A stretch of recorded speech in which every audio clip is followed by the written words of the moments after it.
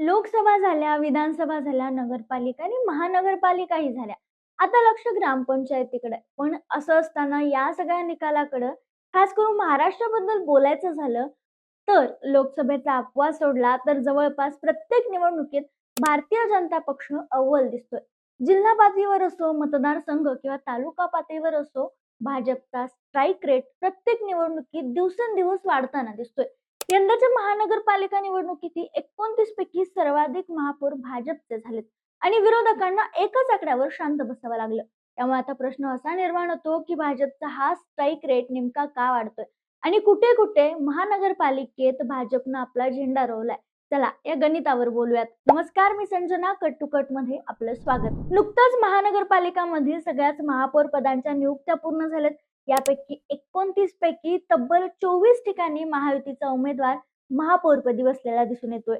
लोकसभा निवडणुकीत अपेक्षित यश जरी महायुतीला मिळालं नसेल तरी त्यानंतर जणू काही भाजपनं ठाम निर्धारच केला असं चित्र दिसतंय. त्यानंतर भाजपचा आलेख सातत्याने वर जाताना जाणवतोय.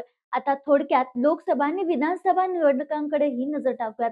लोकसभा 2024 मध्ये महाराष्ट्रात महाविकास आघाडीनं 48 पैकी 30 जागा जिंकून चांगली कामगिरी केली. महायुतीला फक्त 17 जागा मिळाल्या.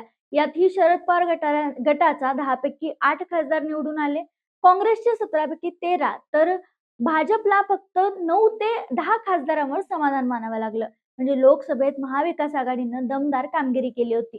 पण विधानसभेत मात्र गोष्ट उलटी दिसून आली. एकूण 288 जागांपैकी महायुतीनं जवळजवळ 235 जागा जिंकत जोरदार विजय मिळवला. यामध्ये भाजपने 150 पैकी 132 ते 37 जागा जिंकल्या. शिंदे गटाचा स्ट्राईक रेट 70% राहिला, जिथं 57 आमदार त्यांचे निवडून आले. तर अजित पवार गटाचा स्ट्राईक रेट 69% राहिला, जिथं 41 आमदार त्यांचे निवडून आले. मात्र महाविकास आघाडीला इथं अपयश आलं. काँग्रेसचे 15 ते 16% आमदार अर्थात उद्धव ठाकरे गटाचे 21% आमदार आणि शरद पवार गटाचे 11 ते 12% म्हणजेच काँग्रेसचे 16, ठाकरे गटाचे 20 आणि राष्ट्रवादी शरद पवार गटाचे 10 आमदार निवडून आले. याचा अर्थ लोकसभेत महाविकास आघाडी चमकली, पण विधानसभेत मात्र महायुतीने जोरदार विजय मिळवला. या विधानसभा निवडणुकांनंतर तब्बल 8 ते 9 वर्षांनी न्यायालयाचा निर्णय आला आणि मग नगरपालिका निवडणुकीचं स्थानिकचं बिगुल वाजलं. खर तर स्थानिकवर देखील भाजपचा आलेख होता किंवा भाजप पाय रोवू पाहत होता.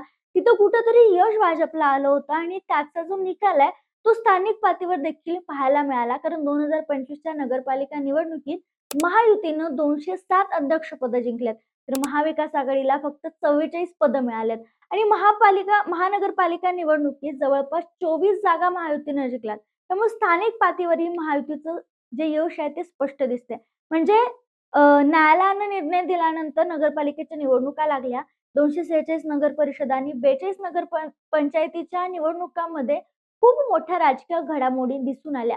पण इथंही महायुतीनं महाविकास आघाडीवर स्पष्ट मात केली. मुख्यमंत्री देवेंद्र फडणवीस यांनी सोशल मीडियाच्या पोस्टमध्ये सांगितलं की महायुतीनं 215 नगरपालिकांमध्ये विजय मिळवलाय आणि त्यापैकी भाजपनं 129 जागी आपले सदस्य निवडून आणलेत.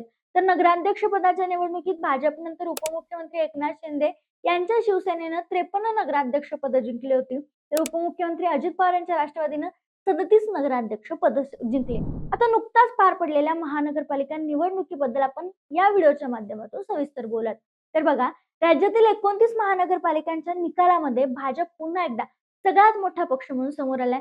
मुंबई महानगरपालिकेबद्दल बोलायचं झालं, जी अटीतटीची जी वर्चस्वाची ठरली होती, मागं फक्त 2 जागांनी महापौर पद जिथं भाजपचं हुकलं होतं, तिथं मात्र मुंबईत भाजपला यावेळी 89 जागा मिळाल्या. ठाकरे गटाला 65, शिंदे गटाला 29, काँग्रेसला 24 आणि मनसेला 6 तर अजित पवार गटाला फक्त 3 जागा मिळाल्या.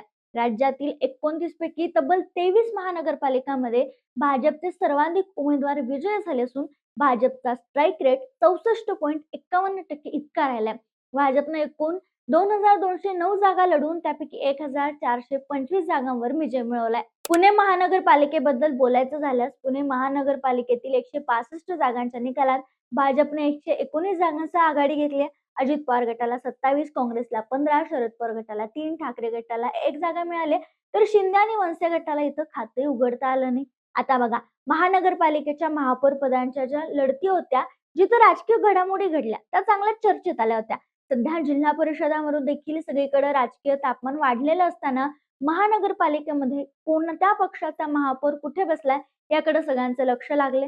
एकूण 29 महानगरपालिकांच्या निवडणुका झाल्या आणि टप्प्याटप्प्याने महापौर पदाची निवडणूक ही पार पडली.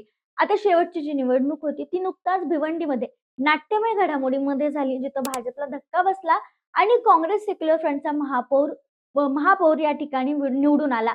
पण असं असलं तरी महापौर जास्तीत जास्त भाजपचेच निवडून आलेत. कारण 29 महानगरपालिकांपैकी सगळ्यात जास्त म्हणजे 20 महापौर भारतीय जनता पक्षाचे निवडून आलेत. महायुतीच्या आकड्यांकडे पाहिलं तर शिवसेना शिंदे गटाचे 3 आणि अजित पवार गटाचा 1 महापौर निवडून आलाय.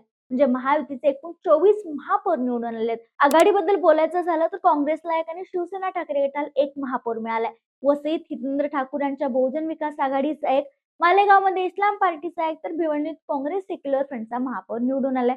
खरं तर शिंदे गटाची ताकद ठाण्यापुरता मर्यादित राहिल्याचं चित्र देखील दिसतंय.